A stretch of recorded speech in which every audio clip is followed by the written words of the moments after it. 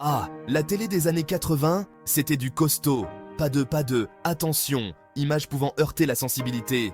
Et pourtant, personne n'en est ressorti traumatisé ou pas plus que la moyenne.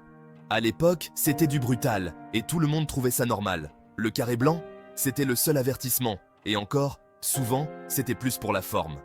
Le reste, c'était aux parents de gérer. On regardait tout, on voyait tout, et quand c'était un peu trop intense, papa ou maman expliquait en 2 ou 3 phrases ce que tout ça voulait dire. Et que dire des émissions qui, aujourd'hui, feraient s'évanouir l'Arcom? Michel Polac, par exemple, avec ses débats transformés en fumoirs géants.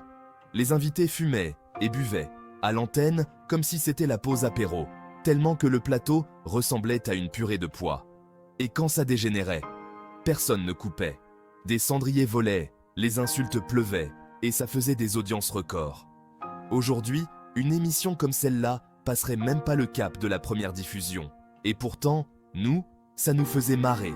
Et les pubs, mais quel message passait-il?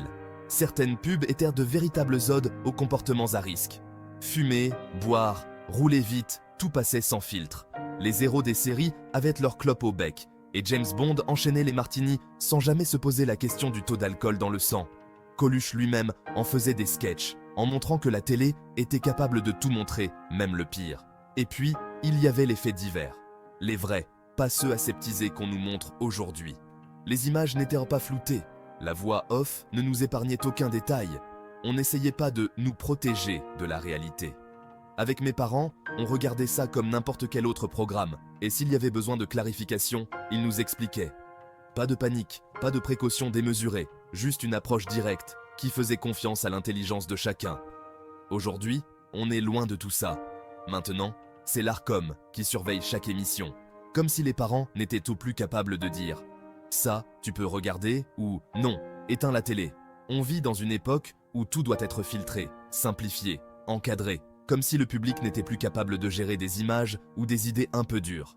Et le pire, c'est qu'on en arrive presque à nier la responsabilité des parents, comme si c'était à la télé de tout contrôler, et plus aux adultes de poser des limites. Morale de l'histoire, j'ai vu des choses dures à la télé, j'ai rigolé devant des trucs qui feraient m'en frémir aujourd'hui, et pourtant, je suis là, sans traumatisme, sans envie de faire du mal à personne. Mes parents étaient là pour m'expliquer, pas besoin de prévenir à chaque programme que ça pourrait heurter quelqu'un. Alors peut-être qu'on gagnerait à revenir à un peu de simplicité, à faire confiance aux familles pour éduquer et expliquer plutôt qu'à un organisme qui veut tout gérer à notre place.